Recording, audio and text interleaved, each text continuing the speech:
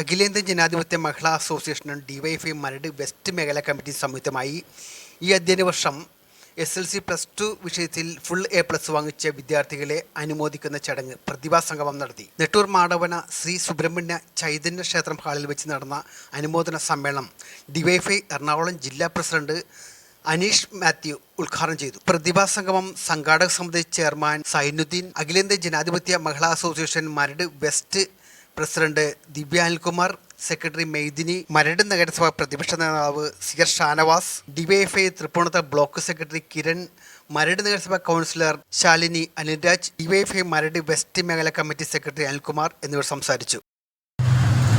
+2 SLCക്കും അതുപോലെ തന്നെ പ്രൊഫഷണൽ മേഖലയിൽ ഉൾപ്പെടെ ഉന്നത വിജയം കരസ്ഥമാക്കിയിട്ടുള്ള പ്രിയപ്പെട്ട വിദ്യാർത്ഥികളെ ആദരിക്കുന്നതിന് വേണ്ടിയിട്ടാണ് ജനാധിപത്യ മഹിളാ അസോസിയേഷൻ്റെയും ഡിവൈഎഫ്ഐയുടെയും നേതൃത്വത്തിൽ ഇത്തരത്തിലൊരു അനുമോദന സദസ്സ് ഇവിടെ സംഘടിപ്പിച്ചിരിക്കുന്നത്. ഉന്നത വിജയം കരസ്ഥമാക്കിയ നിങ്ങളെ ആദരിക്കുന്നതോടൊപ്പം തന്നെ ആദ്യമേ നിങ്ങളോട് സൂചിപ്പിക്കാനുള്ളത്, ഉന്നത വിജയം ലഭിക്കാതെ എവിടെയെങ്കിലും വഴിതെറ്റി വീണുപോയിട്ടുള്ള നിങ്ങളുടെ കൂടെ പഠിച്ച ആളുകളെ ഇതിൻ്റെ ഭാഗമായി നിങ്ങൾ ചേർത്ത് നിർത്തണം എന്നാണ് ആദ്യമേ തന്നെ സൂചിപ്പിക്കാനുള്ളത്. ഇന്ത്യയുടെ പ്രഥമ പൗരനായിരുന്ന പ്രിയപ്പെട്ട അബ്ദുൽ കലാം പറഞ്ഞതുപോലെ നിരന്തരമായി സ്വപ്നങ്ങൾ കാണാൻ വേണ്ടി നിങ്ങൾക്ക് സാധിക്കണം. നമുക്ക് എത്രയെല്ലാം തരത്തിൽ സ്വപ്നങ്ങൾ കാണാൻ വേണ്ടി സാധിക്കുമോ അമിതമായി നമ്മൾ ആഗ്രഹിച്ചു കഴിഞ്ഞാൽ നമുക്ക് നേടാൻ കഴിയാത്തതായി ഒന്നുമില്ല എന്ന് ആൽക്കമിസ്റ്റ് എന്ന് പറയുന്ന ബുക്കിൽ ഉൾപ്പെടെ പറഞ്ഞു വെച്ചിട്ടുണ്ട്.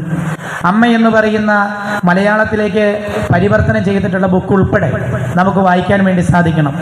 മലാല യൂസഫ്സായി എന്ന് പറയുന്ന പെൺകുട്ടി പാകിസ്ഥാനിലെ ഒരു ഇടുങ്ങിയ പ്രദേശത്ത് നിന്ന് യാഥാസ്ഥിതികരായിട്ടുള്ള ആളുകളുടെ ഇടയിൽ നിന്ന് വളർന്ന് കടന്നു വന്ന് 15 വയസ്സിൽ ഐക്യരാഷ്ട്രസഭയെ അഭിസംബോധന ചെയ്യുന്ന തരത്തിലേക്ക് വളർന്നു വന്നെങ്കിൽ ആ മേഖലയിലേക്ക് ഉൾപ്പെടെ എത്തിച്ചേരാൻ വേണ്ടി നിങ്ങൾക്ക് ഓരോരുത്തർക്കും സാധിക്കും.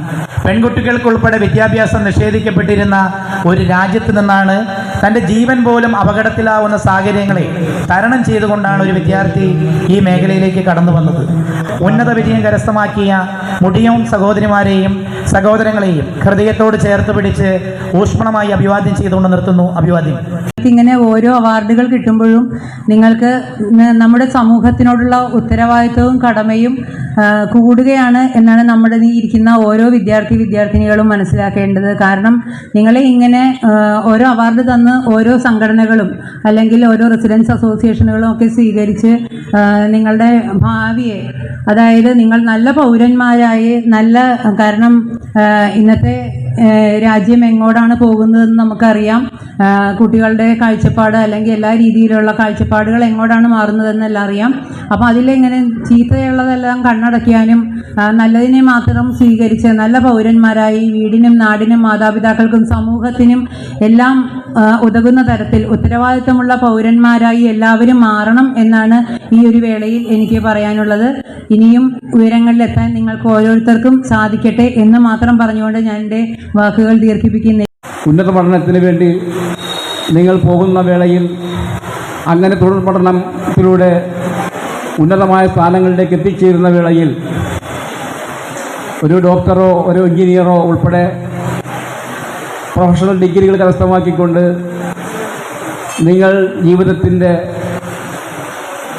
ആ വസന്തകാലത്തിലേക്ക് വരുന്ന ഘട്ടത്തിൽ നമ്മുടെ പാർശ്വവൽക്കരിക്കപ്പെട്ട നമ്മുടെ നാടിനോട് വിധേയത്വമുള്ളവരായി നമുക്ക് മാറാൻ കഴിയേണ്ടതുണ്ട്. ആ നിലയിൽ നമ്മുടെ വിദ്യാഭ്യാസത്തെ പുസ്തകങ്ങളിൽ നിന്ന് കിട്ടുന്ന അറിവിനെ മാത്രം ആശ്രയിക്കാതെ നമുക്ക് ചുറ്റുപാടുമുള്ള നമ്മുടെ പരിസരത്തെ കൂടി മനസ്സിലാക്കിക്കൊണ്ട് ഏറ്റവും സമൂഹത്തിലെ ഉയർന്ന വ്യക്തിത്വങ്ങളായി മാറുവാൻ നിങ്ങൾക്കെല്ലാവർക്കും കഴിയണമെന്നാണ് എനിക്കിതുമായി ബന്ധപ്പെട്ടുകൊണ്ട് പറയാനുള്ളത്.